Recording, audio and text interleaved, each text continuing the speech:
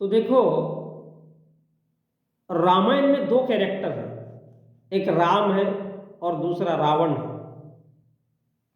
इन दोनों के बीच एक औरत है, सीता मैया। हर इंसान के अंदर राम भी है और रावण भी है।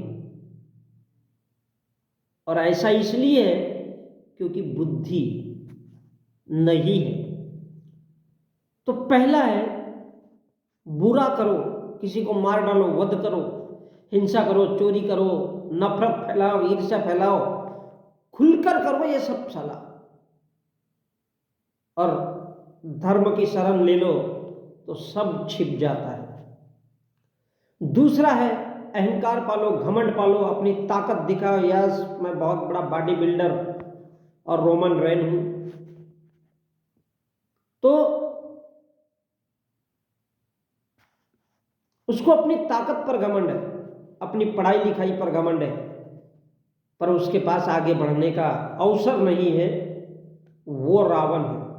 इसलिए पढ़ा लिखा है, बुद्धिमान है, लेकिन आगे नहीं बढ़ सकता है। इसलिए वो जो कुछ करता है, सही करे या गलत करे, अपने दम पर करता है, और उसको रावण कहते हैं। और इन दोनों के बीच की कड़ी है सीता, स्त्री। अब यह सवाल है, ये हर इंसान के अंदर है, एक रावण है, एक राम है। अब सवाल इस बात का है कि सीता किसको चुने, क्योंकि चतुराई चालाकी ये राम जानता है कैसी करना है। इसलिए चतुराई की जीत होती है, राम की जीत कहलाती है, क्योंकि सच्चाई बड़े लंबे समय तक नहीं टिक सकती है। ये नियम। और सीता, कैरेक्टर देखो सीता का, ये स्त्री कैसी होना चाहिए। तो सीता दिलो दिमाग से, बुद्धि से रावण को पसंद करती है। उसका मन कहता है कि वो रावण की बने, किंतु रावण स्त्री को मजा मौज नहीं दे सकता है, धन दौलत, पैसा।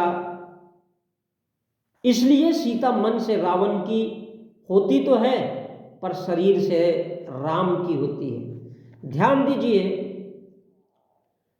रावण सीता को उड़ा के लेके गया, लेकिन रावण को पुलिया बनाना पड़ा, राम सेतु बनाना पड़ा, जिसमें बंदर, पशु पक्षी सबसे मेहनत कराई गई। चलो बेटा तू भी चल, तू भी चल, तीमिया तू भी चल, गोमे तू भी चल। बंदर मिले, पशु मिले, पक्षी मिले, और उन सबका सेवक हनुमान सामने आया, क्योंकि रावण के पास बुद्धि थी, दिमाग था, उसके पास उसका खुद का सर था, इसलिए वो उड़ा के लेके गया। राम के पास बुद्धि नहीं थी, इसलिए वो कूटनीति, छल, कपट ये सब अपनाए, और इसलिए उसको राजपाट मिला, और जीवन की वास्तविक लड़ाई में रावण नहीं जीत पाया, लेकिन राम जीत गया, इसलिए उसको राजपाट मिला। तो स्त्री को क्या चाहिए, एक स्त्री कैसी होनी चाहिए, सुख, वैभव, ऐशो आराम, क्योंकि वो फूल की तरह नाजुक होती है, बताई गई है। क्या, थोड़ा गौर से सोचिए, क्या वो सुकुमांगी नहीं है जो खेतों में, खलियानों में और मजदूरी का काम करती है। इसलिए भावना से, भाव से काम नहीं चलता है। स्त्री को क्या चाहिए, क्या होना चाहिए, वैभव होना चाहिए, सुख होनी चाहिए, समृद्धि होना चाहिए, इसलिए वो राम को चुनती है। अपने फिल्मों में देखा होगा कि जब शादी हो जाती है तो औरत एक रात में बदल जाती है, क्योंकि उसका मन रावण में रहता जरूर है, लेकिन शरीर से हो जाती है और धीरे धीरे उसका मन भी बदल जाता है। इसलिए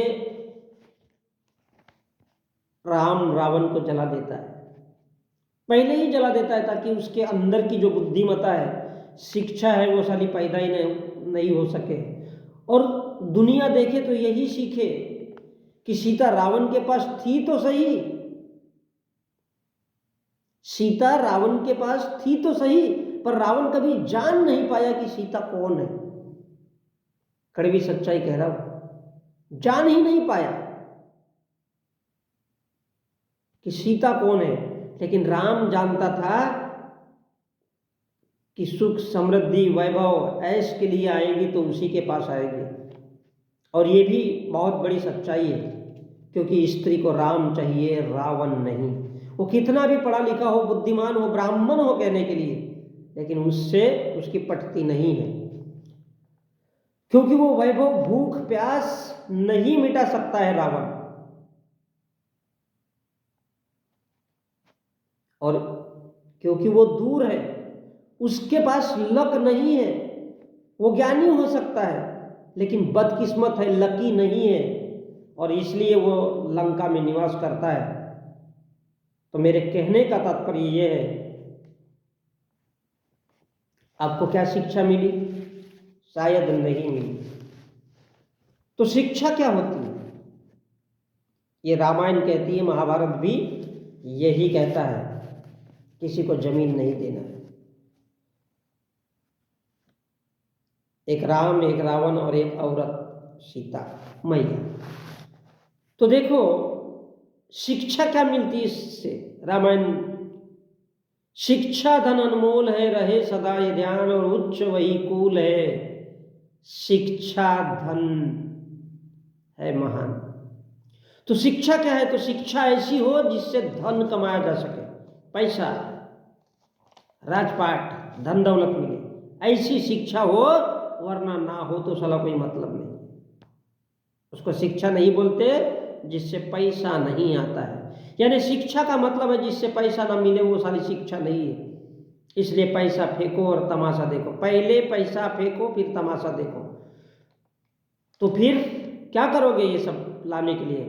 ग्रंथ लिखो, उसमें आदमी कैसा हो तो राम के जैसे, दूसरा कैसा हो तो रावण के जैसे, और स्त्री कैसी हो तो सीता मैया के जैसे, मन से रावण की और तन से राम की। साला जिंदगी भर वो कभी औरत बनने के लायक ही न रहे। इसलिए उसको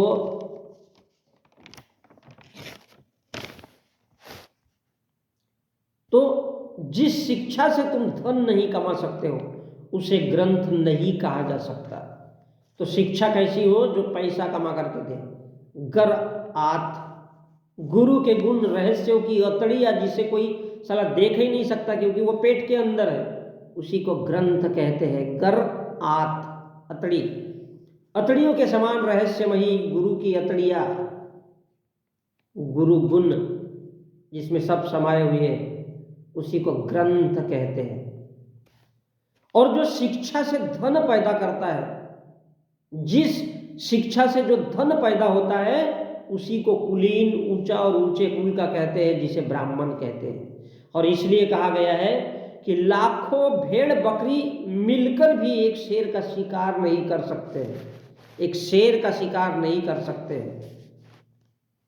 मैं मारने पीटने की बात नहीं कर रहा हूं, बुद्धि की बात कर रहा हूं। इसलिए दलितों को मंदिर में घुसने नहीं दिया जाता है। और संपूर्ण हमारे देश के, आज का नहीं है, हजारों सालों का इतिहास है, संपूर्ण ओबीसी के, जाति के, जमाती के लोगों को, जंगली आदिवासियों को दलितों के पीछे भड़काया जाता है कि वो नीच है, वो दलित है।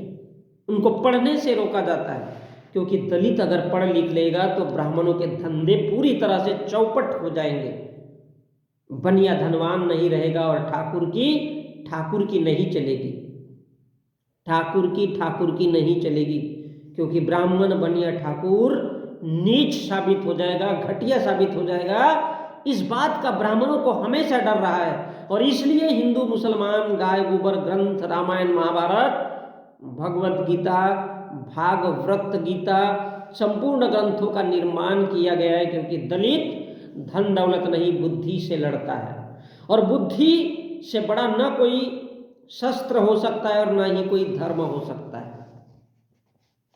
सभी तो इंसान ने ही बनाया है, और जो बुद्धि से काम लेता है उसी को बुद्ध का अनुयायी कहते हैं। उसे धन दौलत कभी खरीद नहीं सकती, उसके मर्जी के बगैर कोई औरत उसका कुछ बिगाड़ नहीं सकती, चाहे वो 100-100 किलो के स्तन ही क्यों न दिखा दे या पूरा पोर्शन ही क्यों न दिखा दे। तो सोचो, ब्राह्मण ऊंचा होता है या दलित ऊंचा होता है? कभी जीवन में वक्त मिले तो विचार मंथन करके जरूर देख लेना। मैं ये नहीं कहता कि 7 समंदर देख लेना है।